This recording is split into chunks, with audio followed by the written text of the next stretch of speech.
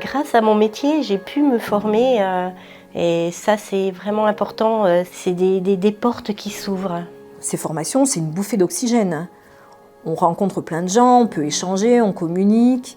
Moi, ça m'a apporté beaucoup d'assurance dans mon métier. Nous sommes assistantes maternelles et comme chaque salarié, nous avons droit à la formation professionnelle. Depuis 2015, nous sommes plusieurs à suivre une formation en langue des signes française. Ce projet a été initié grâce à l'accompagnement des relais petite enfance.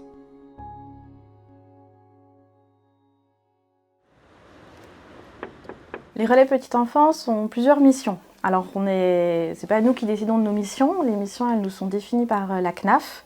Et le rôle principal, c'est l'amélioration des conditions d'accueil du jeune enfant, notamment dans l'accueil individuel. Donc on a vraiment deux publics cibles, les assistantes maternelles, les parents, et puis aussi un petit peu les gardes à domicile. L'objectif, c'est la professionnalisation des assistantes maternelles, donc par la proposition de formation continue qu'on peut mettre en place.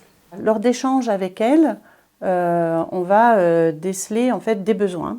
Et nous, on connaît les catalogues et on va pouvoir proposer les formations. Les différents thèmes sont organisés par un institut qui s'appelle Hyperia.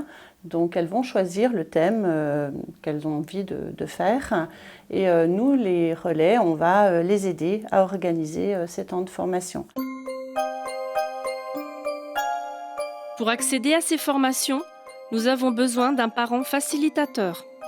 Moi, j'ai la chance d'avoir une assistante maternelle qui fait la démarche de se former. Elle a envie de se former, donc en fait, c'est plutôt elle qui vient avec « Bonjour Priscilla, j'aimerais m'inscrire sur telle formation. Est-ce que je peux vous demander d'être parent facilitateur ?» Évidemment, bien sûr, pour les parents, ça coûte rien, c'est super facile, il suffit juste de remplir des papiers, de fournir les papiers qui sont demandés, on envoie ça et c'est presque comme une lettre à la poste. J'ai découvert les formations il y a 10 ans et depuis, je consomme jusqu'à la lie toutes mes heures de formation disponibles. C'est très très varié, ça va de savoir lire et conter des histoires aux enfants, le fonctionnement du cerveau chez l'enfant, éveil et jeu. À titre personnel, c'est vraiment très très riche parce que ça nous donne des outils pour notre travail et je peux même vous dire que c'est aussi pour ça que je continue ce métier. J'aurais pas eu toutes ces formations, je pense que je me serais un peu éteinte parce qu'au bout d'un moment, on a l'impression qu'on fait toujours les mêmes choses, alors que là, on revient avec un livret, avec des belles rencontres, une petite journée vraiment sympa à nous, on va au restaurant, voilà, il y a tout ce côté très, très riche de la rencontre avec les autres et de la richesse de notre métier parce qu'on se dit mais notre métier il est vraiment beau quoi, on le met en avant et c'est vrai que c'est un beau métier. Chaque fois je trouve ça donne du recul, ça me permet de prendre du recul sur ma manière de faire, sur d'autres manières de faire qui existent et de donner un peu un champ des possibles, de dire ah oui tiens ça c'est vrai que j'avais pas envisagé comme ça. Et puis à remotiver aussi. Souvent, je trouve quand je sors de formation, je suis remotivée, j'ai envie d'essayer les choses que j'ai apprises. Je trouve que ça redonne un deuxième souffle, quoi. Comme tout professionnel, on a droit à ces formations, il faut en profiter, c'est vraiment un plus pour nous. Alors déjà qu'on travaille dans notre domicile, on est quand même assez coupé du monde extérieur. En plus, ces formations, c'est une bouffée d'oxygène. On rencontre plein de gens, on peut échanger, on communique. Depuis 7 ans, nous apprenons la langue des signes française à raison de 35 heures par an. Cette formation regroupe des assistantes maternelles des relais petite enfance de Salins-les-Bains, Quingey et Havane-Avenay. L'objectif de cette formation, c'est de pouvoir parler avec les signes avec un enfant qui serait malentendant et pouvoir communiquer avec lui et l'accueillir avec les autres enfants. Bien. Alors, on va voir aujourd'hui les mots interrogatifs. Parce que c'est important en langue des signes de savoir poser des questions. Pour signer qui, je prends l'ancienne configuration I ou la configuration Y et je secoue. Donc la paume de la main face à l'autre. Et je secoue ma main de droite à gauche 2-3 fois, assez court. Et à chaque jour de formation, on avait plusieurs thèmes. Et je sais qu'avec notre formatrice, on faisait beaucoup de jeux. Et c'est vrai que quand on apprend en jouant, c'est plus facile. Et puis notre formateur aussi a su nous mettre à l'aise, nous diriger tout doucement. Et c'était des formations sur 5 samedis, avec des modules après. Donc l'année d'après, on est reparti sur 5 samedis. Donc se retrouver, et on a fonctionné comme ça pendant 6 ans. Les enfants qui ne parlent pas encore, quand on leur apprend un signe avec un mot, ça leur permet de communiquer. Et du coup, ça enlève certaines frustrations. Les enfants, par exemple, quand ils veulent un gâteau, ils demandent un gâteau. Ils veulent aller au dodo, ils montrent le dodo. Et s'ils n'ont pas des signes récurrents pour marquer la fatigue ou la faim, des fois on ne sait pas, ils pleurent, on ne sait pas pourquoi. Là, elle peut me dire. Il y a vraiment une communication précoce. Et très franchement, ce n'est pas juste des mots.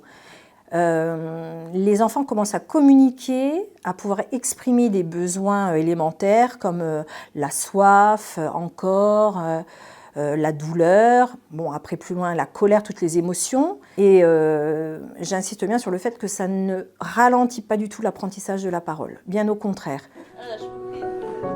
Une formation peut aussi devenir un critère pour les parents employeurs en recherche d'une assistante maternelle. Comme ce fut le cas pour Delphine, qui souhaitait initier son 2e enfant à la langue des signes.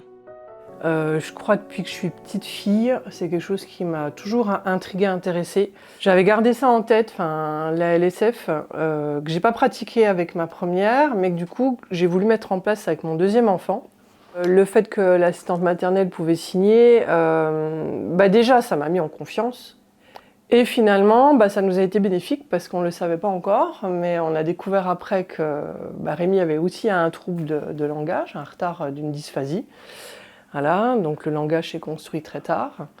Et en fait, la langue des signes nous a vraiment permis déjà de communiquer avec lui, que lui puisse communiquer ses émotions. Pour d'autres, cette formation marque un nouveau départ. Karine a changé de métier il y a 4 ans. J'ai fait ce métier pendant 19 ans. Ça s'est super bien passé. J'ai commencé à faire des formations sur le handicap, dont la langue des signes. Ce qui m'a permis aussi de me tourner vers ce nouveau métier d'AESH, où je m'occupe d'une petite fille qui est malentendante et qui se sert de la langue des signes. Donc du coup, ça me permet de pratiquer. C'est extraordinaire, c'est génial. Aujourd'hui, l'histoire se poursuit, avec l'objectif de mettre en place une nouvelle session de formation, mais aussi à travers les projets menés par les assistantes maternelles. Elles ont créé plein de petites choses autour, elles ont semé leurs petites graines. Il y a des cafés signes qui se sont créés, où là du coup elles transmettent leur savoir en langue des signes française à des parents, à des assistantes maternelles, à des enseignants qui peuvent venir aussi pour les parents avec leurs enfants. Donc il y a 2 cafés signes qui se sont créés sur Saint-Vite et puis sur Salins-les-Bains. Les assistantes maternelles de Salins-les-Bains ont créé aussi un petit livret comptine. On est bien dans la langue des signes française, mais du coup elles l'ont adapté aussi aux comptines pour les plus petits. Quand on compte des histoires et qu'on signe en même temps, il y a vraiment une... Non mais il faut voir leur tête, quoi. C'est fabuleux, quoi. Le papa tortue la maman, tortuer les enfants, tortureront toujours papa. Merci à vous. À bientôt. Merci. Ça y est.